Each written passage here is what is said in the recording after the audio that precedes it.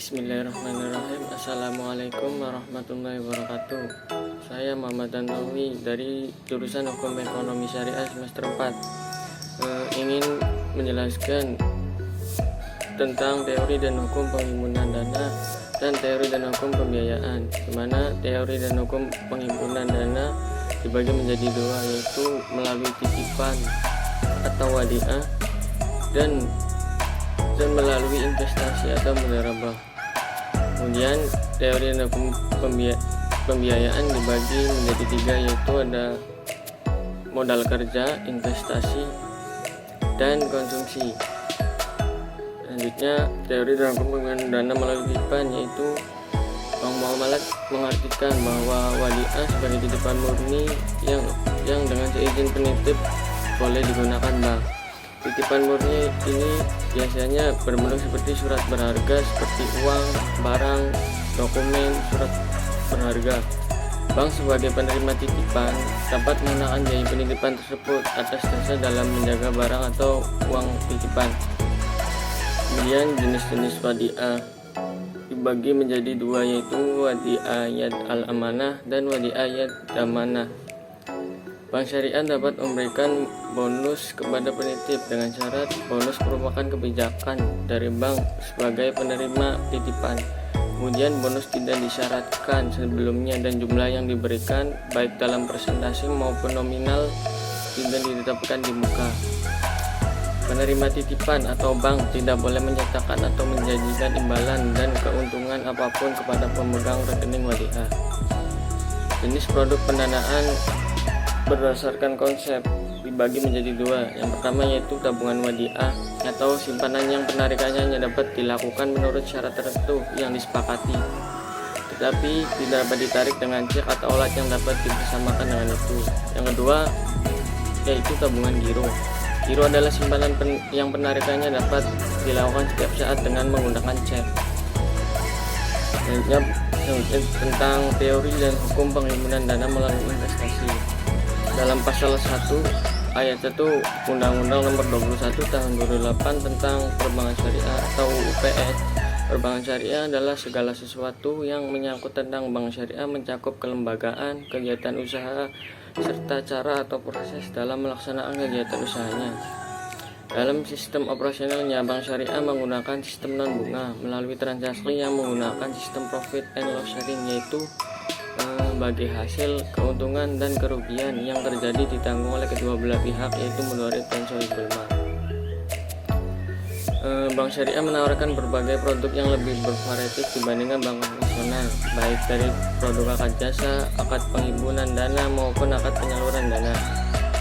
Dari sekian banyak akad yang ada di perbankan syariah, akad bagi hasil dalam sistem perbankan syariah merupakan ciri khusus yang ditawarkan kepada masyarakat. Akad bagi hasil yang paling sering digunakan dalam perbankan syariah adalah akad mudharabah. Akad mudharabah merupakan akad yang dapat digunakan dalam penghimpunan dana atau penyaluran dana. Hal tersebut termuat dalam UPS bahwa mudharabah merupakan akad yang digunakan oleh perbankan syariah tidak hanya digunakan untuk penghimpunan dana dalam bentuk investasi berupa deposito, tabungan, atau bentuk lain yang bersamaan dengan itu, tetapi juga untuk kegiatan menyalurkan pembiayaan bagi hasil. Penerapan mudharabah pada perbankan syariah, di mana bentuk usaha mudharabah pada bank syariah berupa, yaitu pada bank umum berdasarkan prinsip syariah, menghimpun dana dari masyarakat berupa simpanan dalam bentuk tabungan, deposito, dan lain-lain, melakukan penyaluran dana dalam bentuk pembiayaan usaha, melakukan kegiatan usaha lain yang lazim bagi sepanjang disetujui oleh DSN atau Dewan Syariah Nasional. Pada bank berkreditan rakyat atau BBR, itu menghimpun dana dari masyarakat dalam bentuk tabungan atau deposito atau bentuk lainnya yang menggunakan bentuk mudharabah, melakukan penyaluran dana dalam bentuk pembiayaan bagi hasil, melakukan kegiatan atau usaha lain yang lazim bagi BBR sepanjang disetujui oleh DSN. Dan yang terakhir itu teori dan hukum pembiayaan modal kerja, investasi, dan konsumsi.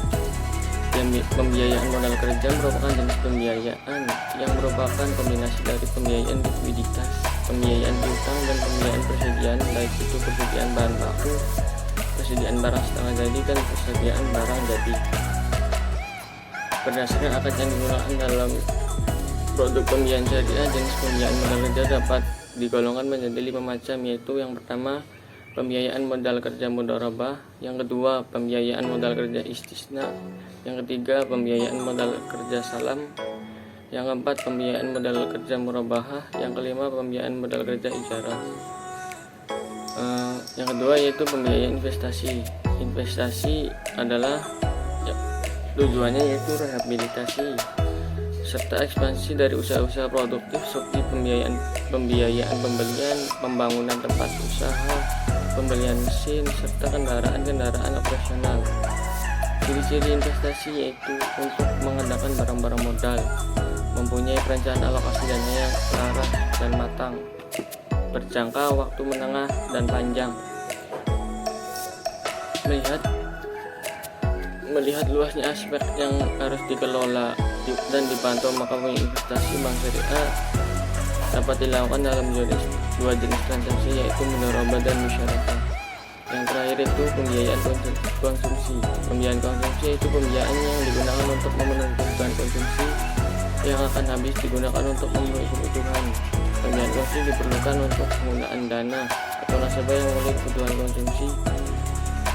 Konsumsi dapat dibedakan yaitu menjadi kebutuhan primer dan kebutuhan sekunder. Salah satu tujuan dari pembiayaan konsumsi yaitu ikut meningkatkan perekonomian bangsa Indonesia. Hal ini bisa terjadi karena adanya efek multiplier lebih cepat dibandingkan dengan memberi pembiayaan pada sektor besar. Selain itu, dapat melayani masyarakat berpenghasilan rendah dengan sangat fleksibel. Bentuk jaminan yang fleksibel dan jaminan non tradisional. Menurut jenis akadnya dalam pembiayaan syariah, pembiayaan konsumtif dibagi menjadi 5 bagian. Pertama, pembiayaan konsumtif akad murabahah, yang kedua pembiayaan konsumen akad PMBT, yang ketiga pembiayaan konsumtif akad tijarah, yang keempat pembiayaan konsumen akad istisna, yang kelima pembiayaan konsumtif akad qard dan ijarah. Sekian dari saya, kurang lebihnya mohon maaf. Assalamualaikum warahmatullahi wabarakatuh.